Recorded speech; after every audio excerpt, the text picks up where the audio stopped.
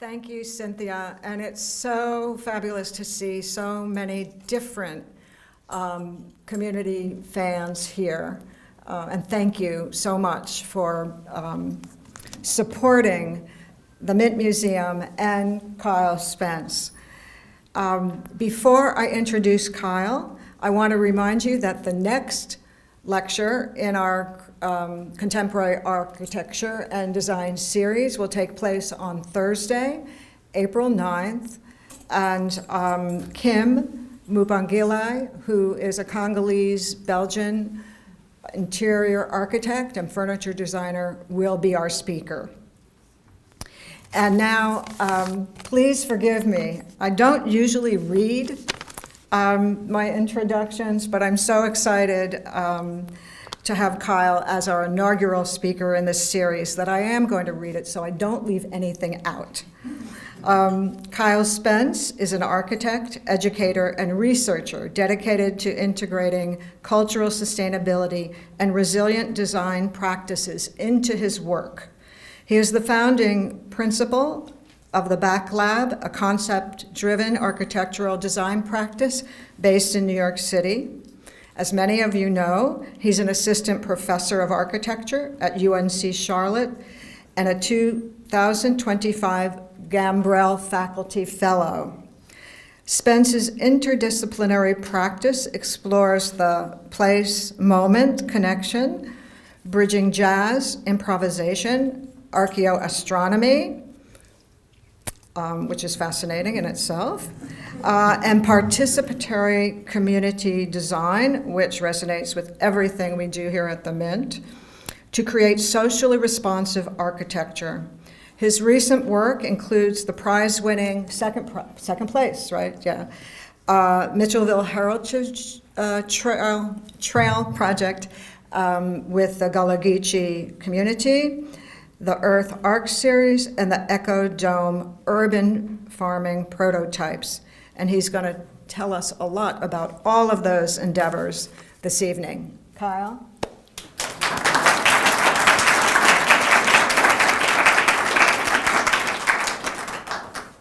Well, thank you, Cynthia and Annie, for the intro. Yeah, it was really incredibly generous for you guys to invite me and for hosting me tonight. So it's just an honor to be part of this lineup of innovative designers as part of the series, the CAD series, which is presented by Wells Fargo. And I'm just humbled to be part of this, right? And just proud to be the only local of the individuals to Charlotte for this series. So that's a big deal for me. We don't build anything in architecture alone. And looking out into this room that we have here, I see a village. It takes a village to make this place work, to make Charlotte work, to make architecture work. What is that we do? And I want to acknowledge our incredible leadership and colleagues from UNC Charlotte. I see some of the folks we have here. Our director of the School of Architecture, Blaine Brownell, is here. So thank you for being here, Blaine. And thank you to Ken and June Lamla for being here. It's an honor that the EarthArcs now stands in the gallery bearing your name in Storrs Hall, so that's a huge deal. And I think Richard McCracken was planning to be here, and he's a benefactor of the symposium series that we've had in the School of Architecture that we're proposing for this October. There's a continuation of the work I'm going to speak about tonight. And to my brilliant students, some of whom are here, some actually went to Mint Uptown and are on their way here.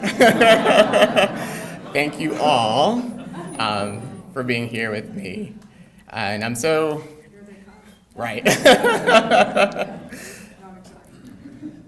And I also see some deeply valued collaborators in the audience. I know also among the people on their way is Lydia Thompson, whose previous work here at the Mint is also super celebrated. And so I'll talk a little bit about my collaborations with Lydia tonight. And I know that Paco and Nitsa Tosti, the collectors of the Art and Devotion exhibition, are planning to be here as well. So we have just kind of a really full crowd of individuals who are part of this larger network here. And so the future collaboration also ebbs and flows with some work I'm doing with the Gantt Center. So Angel Butler is one of the individuals who I've been speaking with, as well as Milagros, who's the CEO and founder of La Casa de la Cultura. So there are a lot of things in the works relating to music and culture that I'll talk about as we proceed. And I also need to point out the people who ground me. So my mom is here tonight.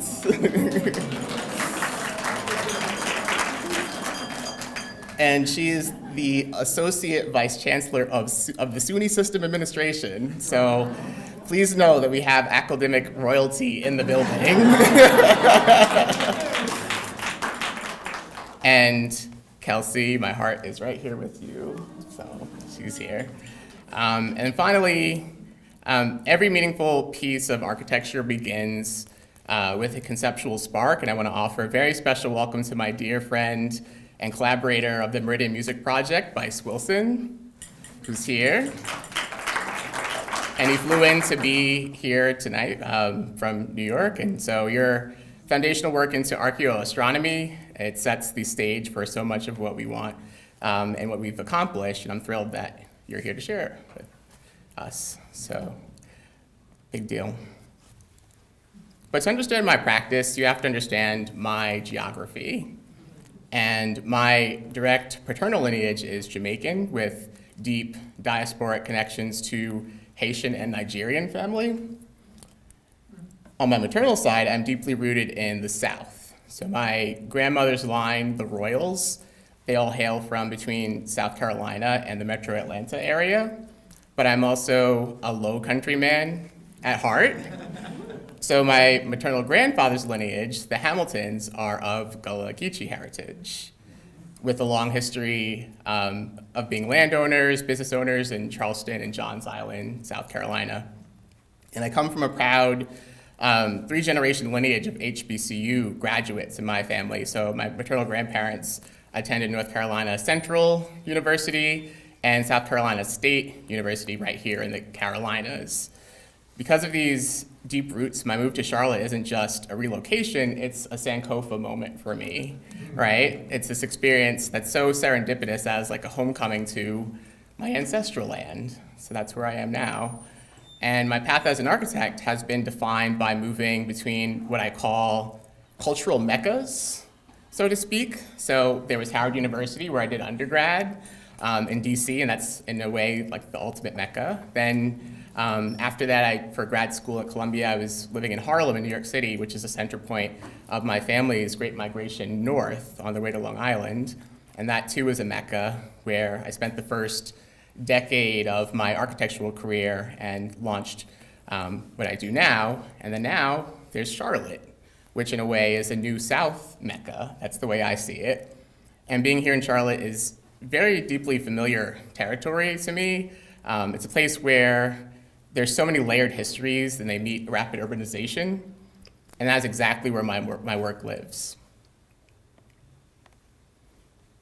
Which brings me to the cultural context of where we are sitting here tonight. We're surrounded by the Designing Dynamism exhibition, and I encourage everyone to go see it after the talk tonight. It's wonderful, and I was here during the opening weekend last month to hear Vanessa Drake Moraga's brilliant presentation, and I recently met Stephen Burks and Malika Leiper right here after their talk.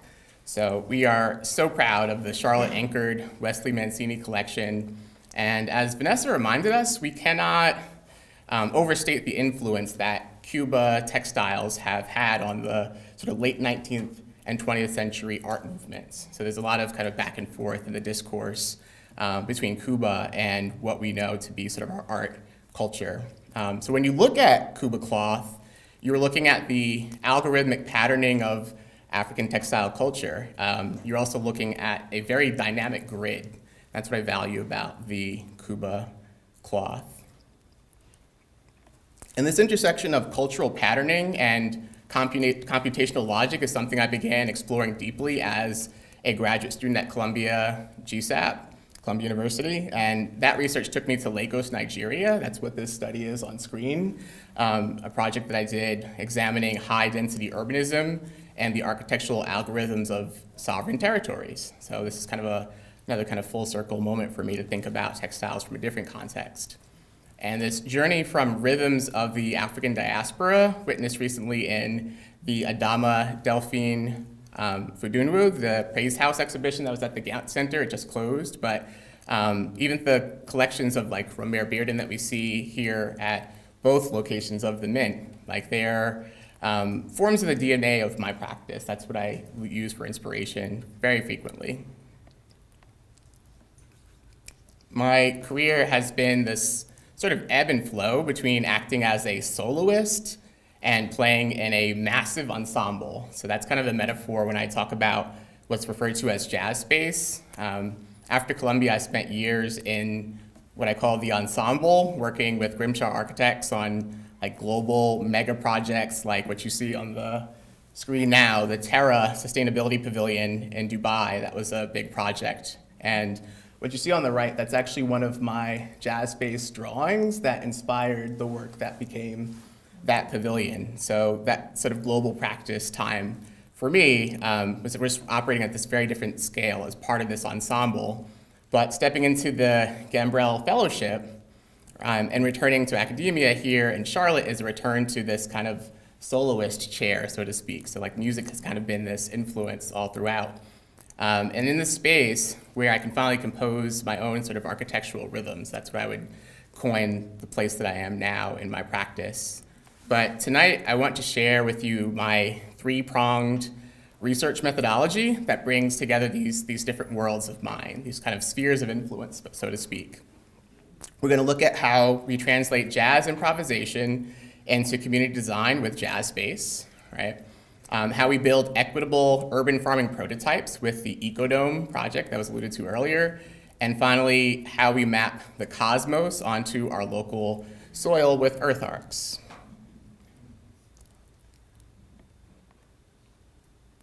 So let's start with the music, and this is some of the student work that's happening quite literally this semester. When you look at the traditional way of teaching architecture and the discipline at large, it loves this kind of rigid, predetermined grid. We love to drop a grid onto a neighborhood and then lock it in and call it a day. That's kind of, the sort of traditional form of teaching architecture. But my foundational research, which began by watching the highly choreographed spatial dynamics of HBCU marching bands, right? Howard and FAMU, I taught at FAMU for a bit.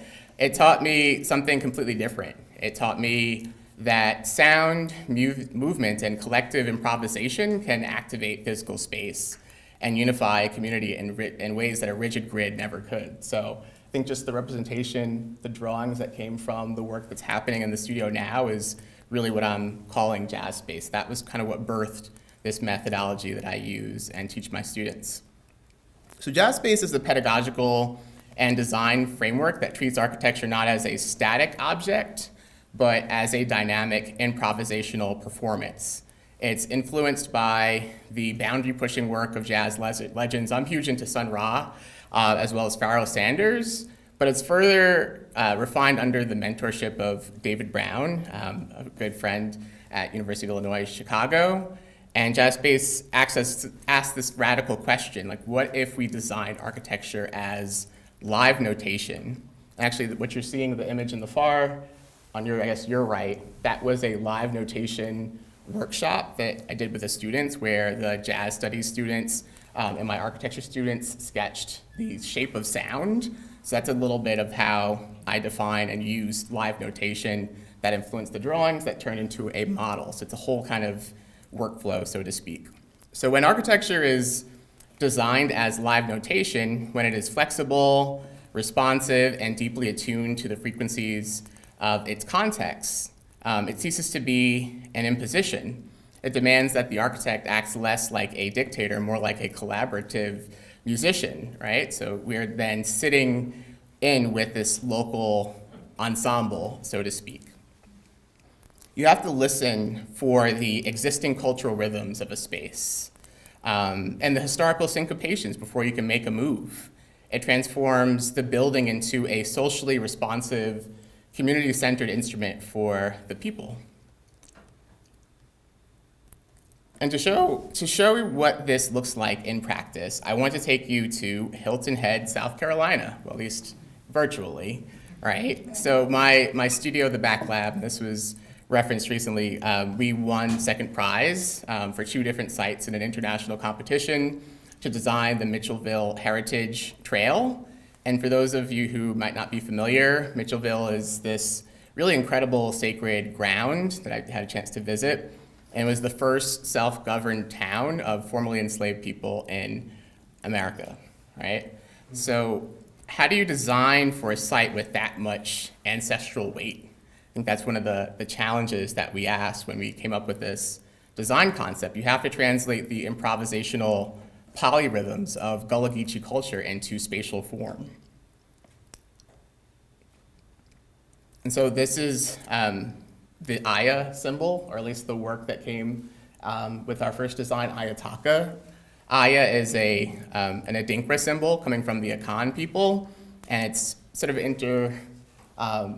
intersecting with textile, in particular adire cloth, which is from Nigeria. So there's kind of these like varying diasporic influences that led to the design.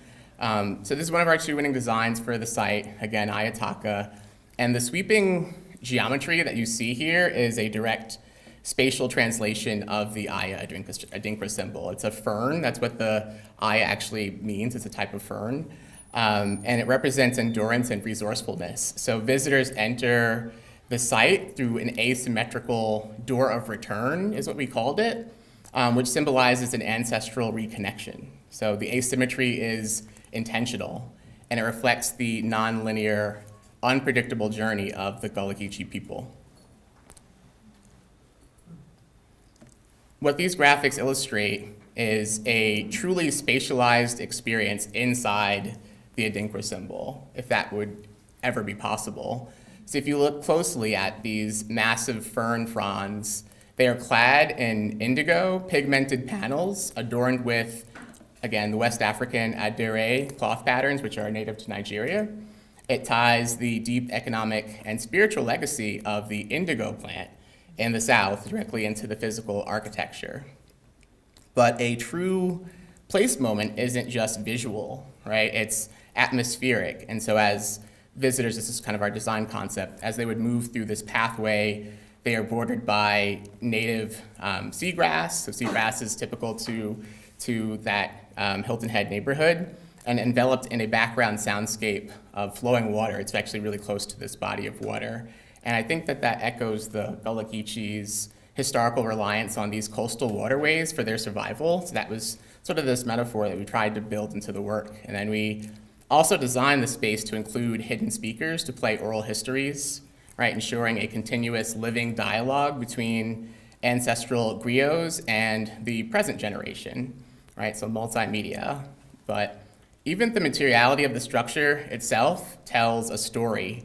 So these panels that you're seeing, right, they're not just standard painted wood to survive the harsh saltwater environment in Hilton Head. Our design, we specified a highly durable FSC certified composite made up of recycled paper and thermostatic resin. And the architecture is engineered to physically endure the coastal elements. So exactly as the Gullah Geechee people are resilient and have endured throughout their history, so too was the concept of our design. So our other winning design for the trail was entitled Dimba Banda, and it takes this translation of the intangible heritage even further, right? And so for this site, we shifted the geometry to the Adinkra Hene symbol, which is another Adinkra symbol. And it's a pattern of concentric circles symbolizing leadership and unity. And we looked at traditional elephant ear sweetgrass baskets. That's a huge tradition within the Gullah Geechee culture, is basket making. Or banda, that's one of the Gullah Geechee words that's used to explain basket weaving. So that's where the name came from. And the sacred counterclockwise movement of the Gullah Geechee ring shouts. That was one of our inspirations. And we asked ourselves, how do we turn a kinetic ancestral movement into physical infrastructure? And so I find that by taking that exact counterclockwise rhythm and the woven circularity of the sweetgrass basket, we embedded the ring shout directly into a sunken womb-like landscape. And we call that a dimba, right? Which learns from drumming, the sort of drum culture that's native to also the Gullah Geechee people. So we proved that high-tech parametric tools can and should serve deep historical roots.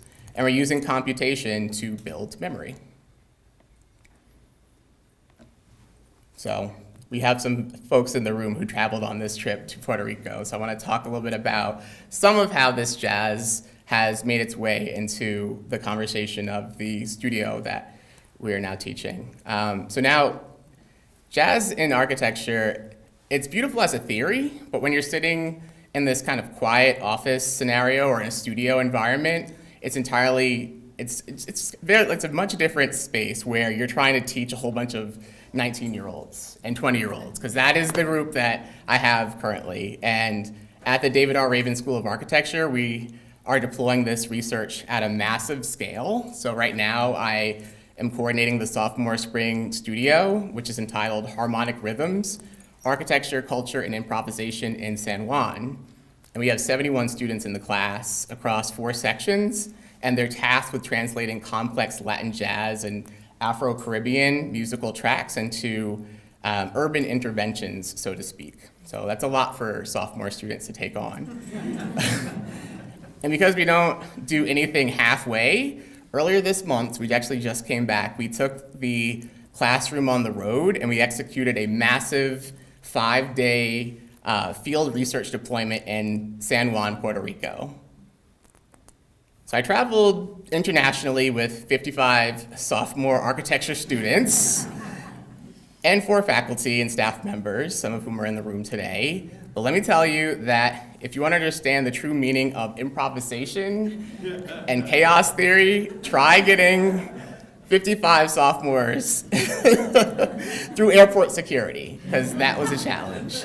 And I think I aged 5 years in 5 days, so here we are. But this is a beautiful moment that happened along our journey, so I'm just going to play this clip.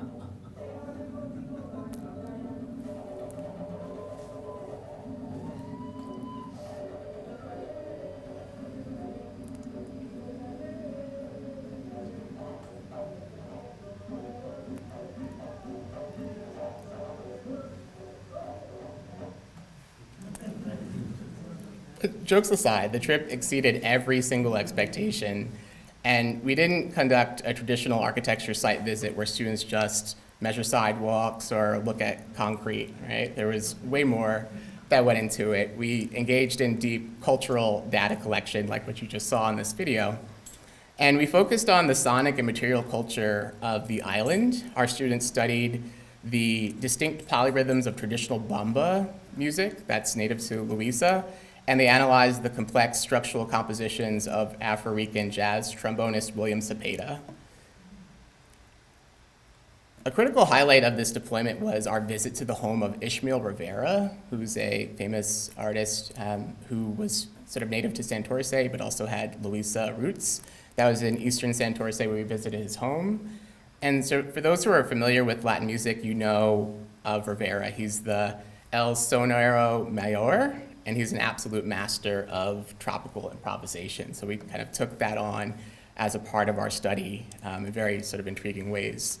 So walking through his home, which is now a museum, it served as an ultimate case study in participatory design. We met some students who were from the University of Puerto Rico and some of their faculty who walked us around some of the sort of design exercises they've done to preserve that space. But it was really excellent evidence to have seen and witnessed on site. So we were able to show the students how vernacular spaces actually hold the living heritage and the rhythms and the collective memory of a community. It proved to them that architecture cannot just be seen as an object placed on a site. It must fundamentally respond to the people who inhabit it. And later this month, our students are actually doing a master class with MacArthur Genius Fellow Miguel Zanon, who's a very famous jazz musician from Puerto Rico, who just heard about our study and decided he wanted to meet with us virtually, so that's happening very soon. So to learn exactly how a master improviser constructs a narrative and structure, so that's part of our studio now. And they're learning to listen to the culture before they draw or design a building. And this is the essence of jazz space. It is an architectural lens that listens.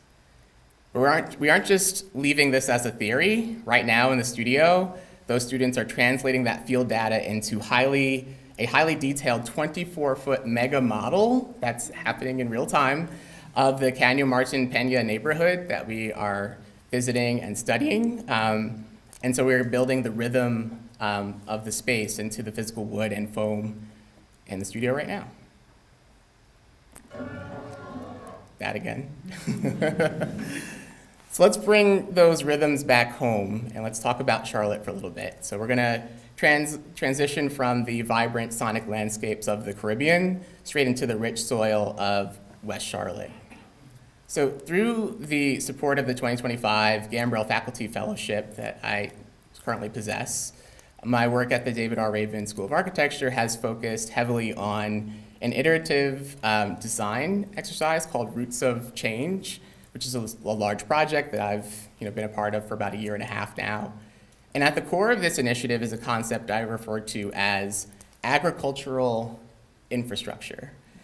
And usually when universities engage with marginalized community farms, we operate on what I call like a charity model. That's what we're so accustomed to. And we show up and then we build a low-tech temporary shed or maybe some planter boxes that degrade after a few weeks or a few seasons. And we pat ourselves on the back and we say we did a good job. But meanwhile, in our labs, we save the sort of high fidelity, advanced parametric software for sort of wealthier corporate clients and global skyscrapers. That's kind of the traditional architecture model. And I argue that to support true Black agrarian sovereignty, like our community partners they don't need our charity. They need technical partnership. And so that's really what Roots of Change is all about. They need permanent infrastructure that scales, that endures, and that signals to the city that their land and their labor and their heritage are incredibly valuable and worthy of high-tech investment. So that's what EcoDome is all about. And that brings us to Deep Roots CPS Farm, located in Northwest Charlotte. It's a 7-acre Black-owned farm that's rapidly expanding. And working with Deep Roots, we are building EcoDome. That's what you're seeing on the left. It's a pavilion space that was built at the end of last semester, so like late December was when this got built. And as you can see, it's not a shed at all. It is a computationally optimized reciprocal frame timber lattice. And we use the exact same parametric software that architects use to design world-class airports like those I've worked on to create a structure that captures environmental data. It provides shade, and it serves as a vital market hub for the farm. But we didn't do this in a vacuum, right? To make this happen, we partnered with the architecture firm Neighboring Concepts, an amazing local firm that's dedicated to community transformation. And because of this structure, it's not just about the agriculture at all. In fact, it's about archiving community memory. And we need to integrate an intangible heritage layer into the design. So that's the work that we're doing now. So we formalized the collaboration with the very brilliant and now here College of Arts and Architecture ceramicist and Professor Lydia Thompson. And together, we designed and are fabricating custom high-fire ceramic vessels engineered to fit perfectly within the wooden exoskeleton of EcoDome. So that's currently in production. It is the ultimate merger of advanced digital fabrication from architecture and archival analog craft into ceramic form. Now, the theory is great, but I want to tell you a story about how this actually gets built. because this is where the magic of teaching happens.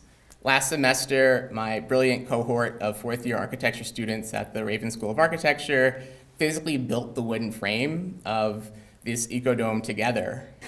They put their hands on the material, which is what you're seeing on the right-hand side. They translated the digital files into physical reality, and then the semester ended. You know, it was, for all intents and purposes, it was done. They got their grade. And as happens in the fourth year, a massive group of this cohort, so this is the whole class, they packed their bags and left for their study abroad program in Rome. And I'm sure they're suffering terribly there, right? They're eating fresh pasta and looking at the Pantheon. It can't get worse than that. But I want to specifically highlight two graduating seniors who stayed behind here in Charlotte, David Patterson and Victoria Mashuti. David was absolutely instrumental in physically building the frame of EcoDome, and Victoria worked heavily on resolving the complex parametric design that made it stand up. Recently, during a site visit with my community planning workshop course, David and Victoria actually generously joined the class, which they didn't have to do because they're not enrolled in the course, but they stepped up as seasoned leaders, acting as knowledgeable guides for the new students. So it's like this kind of, give and take, call and response, so to speak. They helped answer critical questions stemming from phase 1, which was the building phase of the physical structure, to directly inform the phase 2, which is the macro level planning that I'm doing with my community planning workshop course now. So that was a big deal. But to me, this is the ultimate architectural education. They shared their tactile, hard-earned knowledge with the next group, proving that true leadership in design is about continuity. And the timing of this whole endeavor couldn't be better, because to prepare for our official ribbon cutting and planting ceremony at Deep Roots Farm in May, which is coming up, we are in the thick of our final fabrication phase right now. And if you look at the screen, you're seeing a direct translation of my sort of the community narrative that I'm working on with my students into material form. So the community planning workshop students, what they're doing now is they've developed a specific glazing color scheme, which is what you're seeing on the left, this kind of graphic here. And it's using Adinkra symbols once again, so it's like this full circle moment for me. And they're mapping to tell the story of the farm right onto the shells of EcoDome.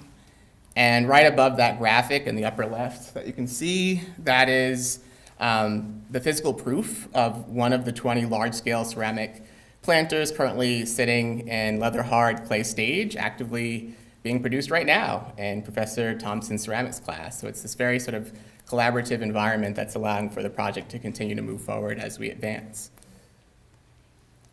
But in May, we will assemble all these pieces and we'll officially hand over this completed living infrastructure to the farm leadership.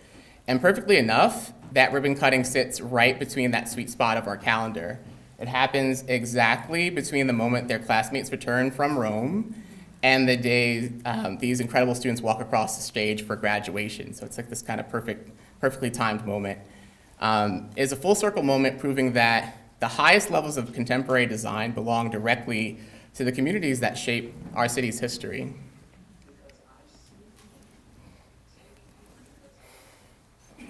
We've talked about improvisational rhythms of the Caribbean, and we've talked about the physical soil of West Charlotte, but now it's time to scale up. And we're gonna move from the soil all the way up to the cosmos. So this is where the archaeoastronomy starts to come in. Because just as architecture must be rooted in its local ecology, it must also understand its place on the planet. We are constantly navigating invisible celestial geometry, and if we want to truly design for community memory, we have to recognize how the alignment of the stars has guided human settlement, migration, and survival for millennia. Every meaningful piece of architecture begins with a conceptual spark, a provocation that asks us to look at the world differently. And back in 2013, when I was practicing in Manhattan, I met my dear friend and collaborator, Bryce Wilson, again, who flew in to be with us tonight. Thank you, Bryce.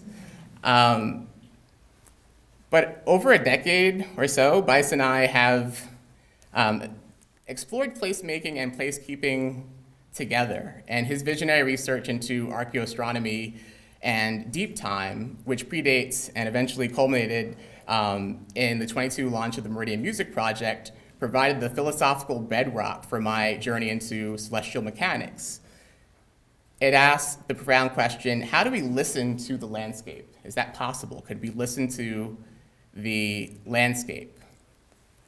But as an architect, my mandate is translation, the challenges that we face in the built environment, and how do we take these profound theories of meridian lines and deep time and translate them into physical, safe, and accessible public space? And how do we turn a philosophy into a structure that a community can actually touch and inhabit?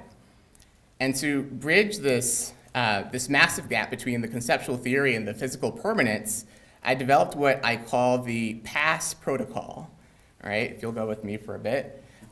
This is the architectural engine of this EarthArcs series that I've been working on. And when the sort of conceptual spark looks to the stars, the sort of formalized academic framework of the PASS methodology and the physical design build architecture that I've been doing with my students, that is sort of the creation of what I'm going to share with you guys now. So they dictate the material science, the structural engineering, and the precise digital fabrication required to build something that actually lasts.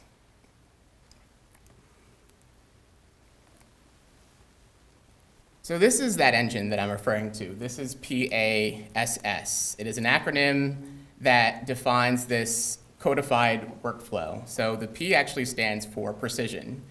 And that's for utilizing rigorous digital fabrication and CNC workflows, which is something I've gotten quite good at recently, to achieve the geodetic accuracy required for scientific observation. So that's P. And then A is for archaeoastronomy, and I needed to define that tonight because I think everyone's having that question.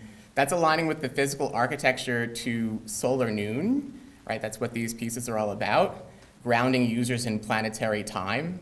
The first S is for site centering. That's a huge part of what this series is about. It's about employing generative mapping to locate the host community at the exact visual center of the cartographic projection. And the final S is shared narratives, which is utilizing participatory string mapping exercises like remembering our links, which I can talk about during Q&A, to visualize invisible community networks together. Together, this protocol democratizes access to complex planetary geometry. EarthArcs does not merely reference the stars, it functions as a highly calibrated spatial instrument. And to understand this, we have to look back to ancient Kemet or Egypt, I guess depending on the audience, Kemet. Thousands of years ago, Kemetic or Egyptian astronomers used a tool called the Merkhet. And it was the celestial timekeeping instrument used to track the Bakutsi or Deccan stars. That's how they measure their time in weeks and months. They had 360 days, anyway. But crucially, it was the first device ever used to establish a site's true meridian line by measuring its exact relationship to the celestial pole. It was how they mapped the heavens onto the earth. In a direct homage to that ancient technology, every EarthArcs installation features a solid brass plumb bob suspended exactly at its geographic center. It is not just a structural weight, it is a contemporary Merkhet, grounding the sweeping celestial arcs of the canopy into a singular, precise point on the earth, what we call a place moment. We are proving this protocol through rigorous iterative building. The EarthArcs series began in 2023 with our first iteration, the Meridian Dome in Apalachicola, Florida. Last year, we brought the second iteration right here to this city for Charlotte Shout, the Ideas Festival that the UNC Charlotte sponsors. And tonight, the third built iteration is currently installed in and on the UNC Charlotte campus, anchoring the Ken Lamla Gallery as part of the Generative Fields exhibition, which actually ends tomorrow. So it's currently up. It's a profound honor that We're exhibiting in a space that bears our former dean's name, but having the fierce and unwavering support of both Ken and June behind this work means even more. So thank you, guys.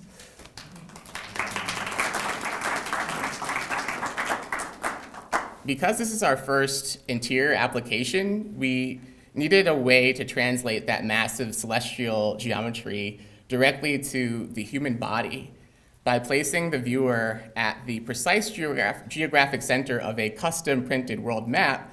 The installation shifts scale from local to planetary, reminding us that every local site is part of a deeply interconnected whole. But to provide a true architectural counterpoint to that sweeping canopy of the EarthArcs, I designed a custom piece called the proverbial tall back chair. You can kind of see that in some of the slides towards the bottom, or the one in the middle. And we deliberately placed it off center, resting out in the open expanse of the Pacific Ocean where there are no major land masses. And it serves as a quiet vantage point. When you sit in that chair, you aren't just observing an object, you are given the space to physically inhabit the architecture and reflect on your own place moment. So that's the whole concept of the proverbial chair. And this work is part of a much larger, vital lineage of Afro-diasporic public art. And during our massive student deployment to Puerto Rico earlier this month, we studied a monumental piece from 1998 as a precedent by Pablo Rubio. It's called Raíces, which translates to roots two. That's what you're seeing on the far right. And it looks so much like the work that I'm currently doing. It was really inspiring. It's in Carolina, which is really close to San Juan. But that incredible stainless steel sculpture validates exactly what we are doing.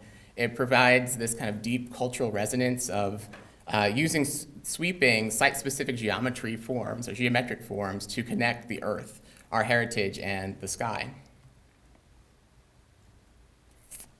Which brings us exactly to where we're sitting, here. I don't know if you guys recognize that, but that is the armillary sphere in front of the Mint Museum Randolph. So if you look at the plaza that's out there and that armillary sphere, the DNA of this very site, the ground that's beneath our feet, is historically primed for celestial discourse. The concept of the place moment isn't just an abstract theory, it belongs right here. This is what proves it.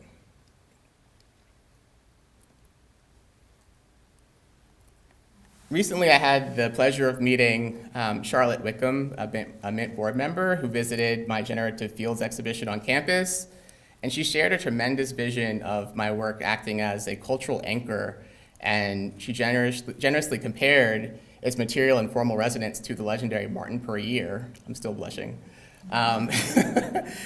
The temporary design-build iterations of EarthArcs and the EcoDome have unequivocally been, they've proven their structural viability and their massive community impact, but the next necessary step is permanence. So that's what I'm doing here today. I'm formally, or semi-formally, proposing the EarthArcs and the EcoDome reimagined in durable, permanent structural materials and monumental high-fire ceramics, becoming the future architectural anchors for the Mint Museum Sculpture Garden here at the Randolph. So by bringing these works here permanently, the Mint Museum would not just be telling or installing objects on the lawn, you would be creating enduring world-class place moments that bridge Charlotte's deep heritage with the cosmos for generations to come. So these are some early ideas of what those designs might look like if they were to be here. But I thank you all so much for sharing your time and your space with me tonight. I want to extend my deepest gratitude to the entire Mint Museum team, to my brilliant collaborator, Bryce Wilson, and to Jen Edwards, to our School of Architecture director, Blaine Brownell, and Paco and Nitza Tosti for your incredible continued support of my research in Puerto Rico. It has been an absolute honor to be your inaugural keynote speaker of this series, and I'd now like to open the floor to any questions you may have. And one thing to note is that tomorrow, Bryce and I will be doing a walk in the front of the Mint Museum Randolph location here to talk about what that might look like. I want to say about around 10 a.m.-ish. There is the reception after the talk that's going to be upstairs, and I do want you guys all to go and see the Designing Dynamism exhibition that's upstairs as well. Thank you.